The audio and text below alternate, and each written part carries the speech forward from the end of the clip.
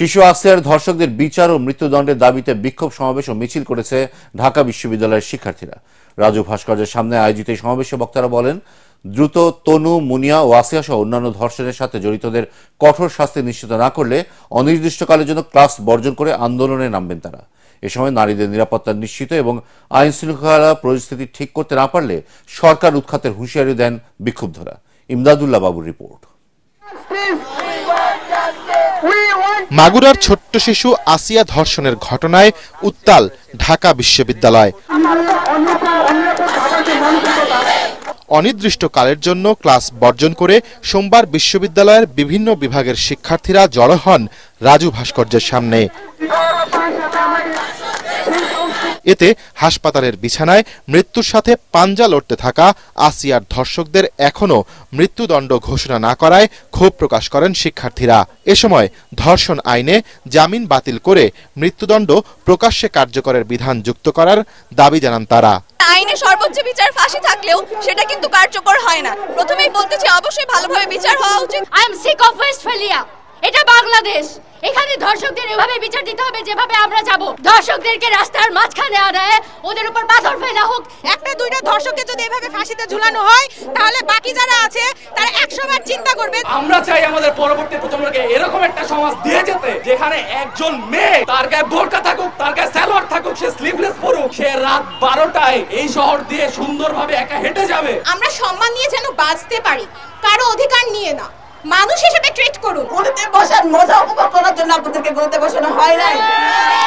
আপনাদেরকে বসিয়েছি আমাদের হয়ে কাজ করতে। যদি না পারেন আপনারা ক্ষমতা থেকে সরে আসুন। শিক্ষার্থীদের এই প্রতিবাদ সমাবেশে সম্মতি জানাতে যোগ দেন শিক্ষকরাও। এ সময় তারা বলেন, আসিয়া ধর্ষণের ঘটনা জাহেলি যুগের বর্বরতাকেও হার মানিয়েছে। আমি এই দ্রুত বিচার নিষ্পন্ন করার জন্য বর্তমান সরকারের কাছে আপিল জানাচ্ছি। যথাযথ শাস্তি হোক এবং যথেষ্ট পরিমাণে এমন ব্যবস্থা না হোক যাতে করে আমরা নারীরা নিরাপত্তা কিছুটা হলেও পাই। এটা ফাঁসি হবে না, এটা ফাঁসি হবে না। ফাঁসি আমরা সবাই দেখতে পারি না। এর প্রকাশ্য বিচার হবে, যেমন বিচার হয় মধ্যপ্রাচ্যের দেশগুলোতে। আমরা খুব বেশি সময় দেব না। যেভাবে আপনাদেরকে আমরা এয়ার কন্ডিশনে বসিয়েছি, ঠিক সেইভাবে আমরা এয়ার কন্ডিশন থেকে আপনাদেরকে কিভাবে নামাতে হয় আমরা তাও জানি।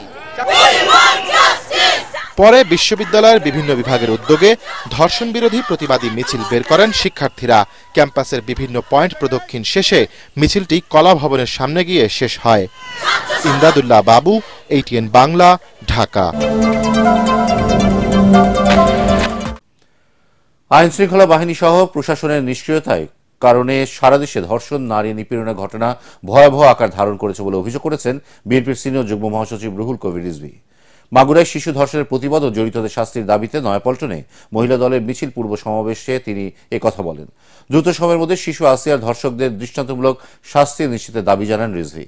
বৈষম্য বিরোধী ছাত্রদের অনেকে প্রশাসনিক কাজে নানাভাবে হস্তক্ষেপ করছে অভিযোগ করে শিক্ষার্থীদের ক্যাম্পাসে ফিরে যাওয়ার আহ্বান জানান বিএনপির এই মুখপাত্র। পরে নয়াপল্টন থেকে একটি বিক্ষোভ মিছিল বিজয়নগর, পুরোনো পল্টন হয়ে প্রেস ক্লাবের সামনে গিয়ে শেষ হয়। ইউনিয়নে, ওয়ার্ডে, থানায় সেইখানে আপনার প্রশাসনের কর্তৃত্ব প্রয়োগ হচ্ছে না কেন? এটা তো একটা বড় প্রশ্ন এবং এর দায়িত্ব তবে অন্তর্বর্তীকালীন সরকারের। আজকে ধর্ষণের পরিমাণ বেড়ে গেছে, আজকে নারীরা নিরাপদ নয়। সরকারের প্রতি বলতে চাই, দ্রুততম সময়ের মধ্যে আসিয়ার উপর জুলুমকারীদের দৃষ্টান্তমূলক শাস্তি হয়।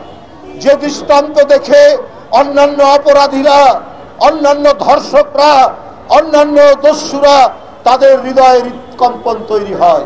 এইটাই হচ্ছে আইনের শাসন।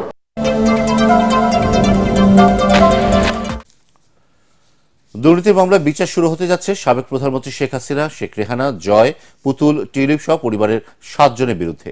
2 মাসেরও কম সময়ে শেখ পরিবারের সদস্য সহ 23 জনের বিরুদ্ধে চার্জশিট দিয়েছে দুদক। এর পেছনে রাজনৈতিক কারণ নেই বলে দাবি করেছেন কমিশনের মুখপাত্র আক্তার হোসেন। যেসব ধারায় মামলা করা হয়েছে এতে যাবজ্জীবন কারাদণ্ড হতে পারে আসামিদের। রিপোর্টে জানাচ্ছেন মাহবুব কবির চপল। পূর্বাচলে প্লট নিয়ে বাড়ি করার সুযোগ হলো না সাবেক প্রধানমন্ত্রী শেখ হাসিনার। অবৈধভাবে জমি নেয়ার অভিযোগ প্রমাণিত হলে তার ঠিকানা হতে পারে কারাগার। কমিশন বলছে শেখ হাসিনা প্রধানমন্ত্রী থাকার সময় ক্ষমতার অপব্যবহার করে পূর্বাচলে নিজের ছেলে মেয়ে এবং বোন ভাগ্নে ভাগ্নির নামে 10 কাঠা করে প্লট বরাদ্দ নেন, যে অপরাধে গত জানুয়ারিতে মামলা করে দুদক। এখন তাদের বিরুদ্ধে চার্জশিট দিল সংস্থাটি। এতে শেখ হাসিনার পরিবারের 7 জন সহ আসামি করা হয়েছে সাবেক গৃহায়ণ প্রতিমন্ত্রী শরীফ আহমেদ, শেখ হাসিনার সাবেক পিএস সালাউদ্দিন এবং রাজুকের 14 জনকে। 1 মাস 26 দিনের মধ্যে মামলাগুলোর চার্জশিট দিল দুদক। এত দ্রুত চার্জশিট দেওয়ার খুব একটা নজির নেই, তবে এর পেছনে কোনো উদ্দেশ্য নেই বলে দাবি করেন সংস্থাটির মুখপাত্র। এটা কি রকেট গতিতে এগুলো কিনা বা রাজনৈতিক বিবেচনা রয়েছে কিনা? আমাদের যে দালিলিক প্রমাণাদি সংগ্রহ করার দরকার ছিল, আমাদের তদন্তকারী দল আপনারা জানেন অক্লান্ত পরিশ্রম করেছে। তারা দ্রুততম সময়ের মধ্যে এই রেকর্ডপত্র সংগ্রহ করেছেন এবং সেগুলি পর্যালোচনা শেষে কমিশন এই মামলাগুলোতে চার্জশিট দাখিলের অনুমোদন প্রদান করেছে। এই ক্ষেত্রে অন্য কোনো বিষয় এখানে বিবেচনা নয়, আমরা কেবলমাত্র অপরাধের বিষয়টা এখানে বিবেচনা করা হয়েছে। ব্রিটিশ এমপি টিউলিপের নামে পূর্বাচলে কোনো প্লট না থাকলেও তার বিরুদ্ধে কেন চার্জশিট দেয়া হয়েছে তার সদুত্তর দিতে পারেননি দুদকের মুখপাত্র। এজাহার নামেও যে 6টি মামলা রুজু হয়েছিল, সেখানে যারা এজাহার নামে আসামি ছিলেন তাদের সাথে নথি গায়েবের সাথে বা নথি বিনষ্টকরণের সাথে যারা জড়িত তাদেরকেও তদন্ত আগত আসামি হিসাবে এখানে অন্তর্ভুক্ত করা হয়েছে। এখন আদালতে চার্জ গঠনের মাধ্যমে আসামিদের বিচার শুরু হবে। যে 6টি ধারায় মামলা করা হয়েছে তাতে সর্বোচ্চ সাজা যাবজ্জীবন কারাদণ্ড। আসামিদের গ্রেফতারের চেষ্টা চলছে বলে জানান দুদকের মুখপাত্র। বিজ্ঞ আদালতে চার্জশিট দাখিলের পরে আইনানুগ প্রক্রিয়া অনুসরণ করে বিজ্ঞ আদালতে তাদেরকে গ্রেপ্তারের কার্যক্রম গ্রহণ করবেন। সমন ওয়ারেন্ট জারি হবে, সেগুলি যথাযথভাবে জারি করা হবে। আমাদের তদন্তকারী দল যারা আছেন তারাও যারা সংশ্লিষ্ট আসামি রয়েছেন তাদেরকে গ্রেপ্তারের প্রক্রিয়া অব্যাহত রাখবে। এছাড়াও বিদেশি অর্থ পাচারের অভিযোগে শেখ হাসিনার পরিবারের সদস্যদের বিরুদ্ধে অনুসন্ধান করছে দুদক। শেখ হাসিনা সহ মাহবুব কবির চপল, এটিএন বাংলা, ঢাকা। পাচার হওয়া প্রায় 28 লাখ কোটি টাকা দেশে ফেরত আনতে শিগগিরই আইন করা হবে বলে জানিয়েছেন প্রধান উপদেষ্টা প্রেস সচিব শফিকুল আলম। এক ব্রিফিংয়ে তিনি জানান, যুক্তরাষ্ট্র, যুক্তরাজ্য, মালয়েশিয়া সহ বিভিন্ন দেশে শেখ হাসিনা সহ তার পরিবারের 7 সদস্যের পাচার করা অর্থের সন্ধান মিলেছে। এসব অর্থ ফিরিয়ে আনতে সর্বোচ্চ গুরুত্ব দিচ্ছে অন্তর্বর্তী সরকার। আরও জানাচ্ছেন ইয়াসিন রানা। দেশ থেকে পাচার হওয়া অর্থ ফেরত আনতে গঠিত টাস্কফোর্স সদস্য, উপদেষ্টা মণ্ডলীর সদস্য, অর্থ পাচার সংশ্লিষ্ট প্রতিষ্ঠানগুলোর সাথে উচ্চ পর্যায়ের বৈঠক করেন প্রধান উপদেষ্টা ডক্টর মোহাম্মদ ইউনূস। পাচার করা টাকা ফিরিয়ে আনতে সংশ্লিষ্টদের সব ধরনের প্রচেষ্টা চালাতে নির্দেশ দেন প্রফেসর ইউনূস। পরে এ বিষয়ে ফরেন সার্ভিস একাডেমিতে ব্রিফ করে প্রধান উপদেষ্টার press wing. Press secretary Shafiqul Alam বলেন, দেশের জনগণের টাকা পাচার করে বিদেশে বিপুল সম্পদের মালিক হয়েছে শেখ হাসিনা ও তার দোসররা। এরকম কিছু সম্পদের হদিস পেয়েছে সরকার। সাবেক প্রধানমন্ত্রী শেখ হাসিনা, তার পরিবার ও তাদের স্বার্থ সংশ্লিষ্ট ব্যক্তি এবং প্রতিষ্ঠানের অ্যাসেট ট্রেসিং আমরা করতে সক্ষম হয়েছি। যুক্তরাষ্ট্র, যুক্তরাজ্য, মালয়েশিয়া, সিঙ্গাপুর, হংকং এবং কেমান দ্বীপপুঞ্জ, এই দ্বীপপুঞ্জের সম্পদের সন্ধান পাওয়া গেছে। মালয়েশিয়ার একটি ব্যাংকে রাশিয়ান স্ল্যাশ ফান্ডের অস্তিত্ব পাওয়া গেছে। অ্যাটাচিং বা ফ্রিজিং করা হয়েছে 124টা ব্যাংক অ্যাকাউন্ট। 124টা ব্যাংক অ্যাকাউন্টের মোট হচ্ছে 635.14 কোটি টাকা। পাচারকৃত অর্থ ফেরত আনা সময় সাপেক্ষ বিষয়। সেজন্য বিশ্বের নামকরা 30টি ল ফার্ম নিয়োগ দেওয়া হবে বলে জানান প্রেস সচিব। বলেন, এজন্য বিশেষ আইনও করা হবে। এই টাকাটা ত্বরান্বিত করে কিভাবে টাকাটা আনা যায়, এটা আইনের একটা কাভার লাগবে। হয়তো আপনারা এই আগামী সপ্তাহের মধ্যে এই আইনটা আপনারা দেখবেন।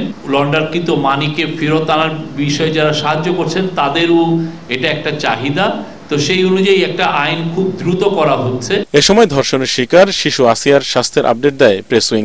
সকালে শিশুটি প্রথমবারের মতো হাসপাতালে ভর্তি হওয়ার পর চোখের পাতা নেড়েছেন, তবে শ্বাসরোধের চেষ্টার কারণে তার মস্তিষ্কে অক্সিজেন সরবরাহ বিঘ্নিত হয়েছিল এবং মস্তিষ্কে পানি জমে গিয়েছিল, যেটা এখনো অপসারণ করা সম্ভব হয়নি। তার বুকের মধ্যে যে বাতাসটা জমেছিল সেটা দূর করা গেছে এবং চিকিৎসকরা আশাবাদী হয়তো তার স্বাস্থ্যের অবস্থা আর একটু উন্নতি হবে 2-1 দিনের মধ্যে। এছাড়া বন্দরে কাগজ খালাস হতে দেরি হয় এখনো 1,08,00,000 বই ছাপা হয়নি জানিয়ে ডেপুটি প্রেস সচিব আজাদ মজুমদার বলেন, চলতি মাসেই বই ছাপা ও বিতরণের কাজ শেষ হবে। Thank you.